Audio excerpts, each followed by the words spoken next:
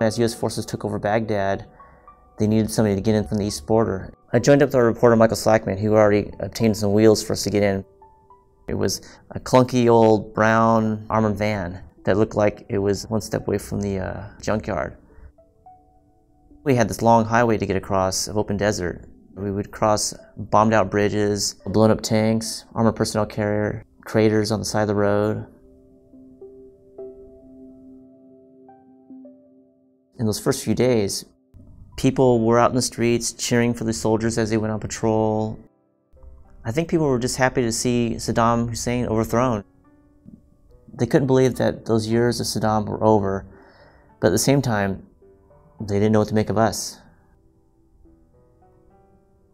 As the days went on, and it seemed like the U.S. was in control of the situation, people started going about their lives. Stumbled upon people in their wedding caravans. They'd been putting off getting married because of the war, and now that things had settled down, they were out there.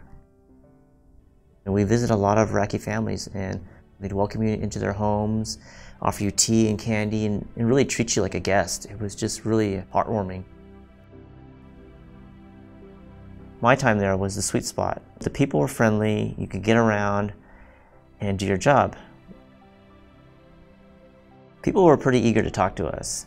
They would tell us about how life was hard under Saddam and how they hoped for a better future, and they were thankful to the United States for overthrowing Saddam. But there was one interview where a man told us how grateful he was, but at the end, he kind of gave us a little bit of a warning by saying, just don't stay too long. Even though people thought the invasion was over and the war was over, there were still people who were getting killed and hurt. There was one morning where we heard an explosion. A nearby ammunition dump had exploded, raining all the bombs and missiles that were in this dump onto the neighborhood, killing many people. In fact, it killed 6 members of one family. A neighborhood had been devastated. We went to the hospital where we saw children who were injured, people barely breathing, adults who were also wounded. People were mourning. Families were destroyed.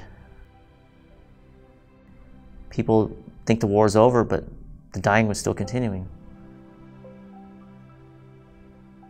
Being back home and watching the news and seeing how things had really spiraled out of control, it wasn't the Iraq that I knew. The Iraq that I knew was a friendly Iraqi people, but you could see things are starting to brew because we were starting to wear out our welcome. There were clashes in Fallujah. There were mistaken shootings of civilians. There was suicide bombings that were beginning. So if you could, stepping back, you could kind of see how things were going to get worse for us.